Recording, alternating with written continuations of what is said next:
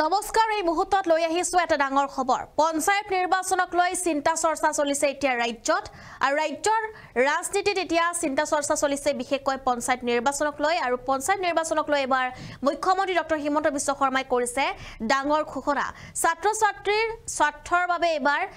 পঞ্চায়ত নিৰ্বাচনৰ দিন পিছুৱাই দিয়া হৈছে পঞ্চায়ত নিৰ্বাচনৰ দিন ডাঙৰ ঘোষণা কৰিছে মুখ্যমন্ত্ৰী ডক্টৰ হিমন্ত বিশ্ব শৰ্মাই সবিশেষ তথ্য লৈ আহিছো এই মুহূৰ্তত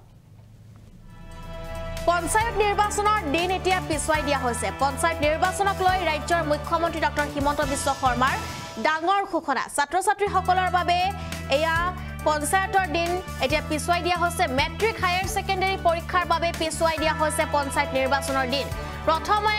অনুষ্ঠিত হ'ব পৰীক্ষা আৰু তাৰ পিছতহে পঞ্চায়ত নিৰ্বাচনৰ চিন্তা চৰ্চা চলিব বুলি উল্লেখ কৰা হৈছে 17 মাৰ্চৰ পাছতহে অনুষ্ঠিত হ'ব পৰীক্ষা আৰু 17 মাৰ্চৰ পাছতহে অনুষ্ঠিত হ'ব পৰীক্ষাৰ সময়ত নিৰ্বাচন হলে শিক্ষাৰ্থীৰ পঢ়া শুনা বেয়া হ'ব বুলি উল্লেখ কৰিছে মুখ্যমন্ত্ৰীয়ে আৰু সেই 17 মাৰ্চৰ পিছতহে পঞ্চায়ত নিৰ্বাচনৰ চিন্তা চৰ্চা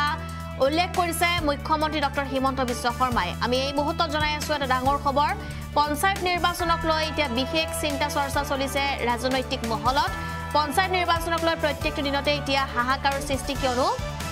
কেতিয়া হ'ব পঞ্চায়ত নিৰ্বাচন আৰু ইয়াকে লৈ এতিয়া বিশেষ চিন্তা চৰ্চা যেহেতু ৰাজ্য দেখিবলৈ পোৱা গৈছে ইয়াৰ মাজতে পঞ্চায়ত নিৰ্বাচনক লৈ ডাঙৰ মন্তব্য কৰিছে মুখ্যমন্ত্ৰী ডক্টৰ হিমন্ত বিশ্ব শৰ্মাই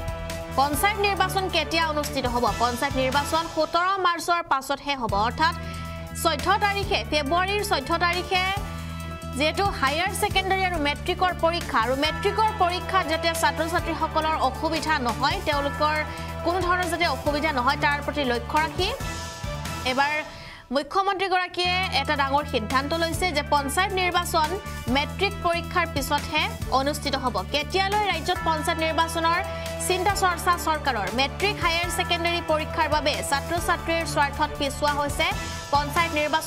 পঞ্চায়ত নিৰ্বাচন পতাৰ সময়ক লৈ এইবাৰ কি ইংগিত দিলে মুখ্যমন্ত্ৰী গৰাকীয়ে আমি ইতিমধ্যে জনাইছো আপোনালোকক যে পঞ্চায়ত নিৰ্বাচন সন্দৰ্ভত ডাঙৰ ঘোষণা কৰিছে মুখ্যমন্ত্ৰীয়ে ছাত্ৰ ছাত্ৰীৰ স্বাৰ্থত এবাৰ পিছুৱাই দিয়া হৈছে পঞ্চায়ত নিৰ্বাচন আৰু পঞ্চায়ত নিৰ্বাচনৰ দিন এতিয়া পিছুৱাই দিয়া হৈছে 17 মাৰ্চৰ পিছতহে পঞ্চায়ত নিৰ্বাচন অনুষ্ঠিত হ'ব ৰাজ্যত এই পৰীক্ষাৰ সময়ত নিৰ্বাচন পাতিলে শিক্ষাৰ্থীৰ পঢ়া শুনা বেয়া হ'ব বুলি উল্লেখ কৰিছিলে মুখ্যমন্ত্ৰী গৰাকীয়ে বহাগ বিহুৰ আগে পঞ্চায়ত নিৰ্বাচনৰ ইংগিত দিছে ৰাজ্যৰ মুখ্যমন্ত্ৰী গৰাকীয়ে ছাত্ৰ ছাত্ৰীৰ স্বাৰ্থত এবাৰ পঞ্চায়ত নিৰ্বাচনৰ দিন পিছুৱাই দিয়া হৈছে মুখ্যমন্ত্ৰী গৰাকীৰ সেই ডাঙৰ মন্তব্য আমাৰ হাতত আছে আৰু কেতিয়া অনুষ্ঠিত হ'ব পঞ্চায়ত নিৰ্বাচন ইতিমধ্যে ইংগিত দিয়া হৈছে যে বিহুৰ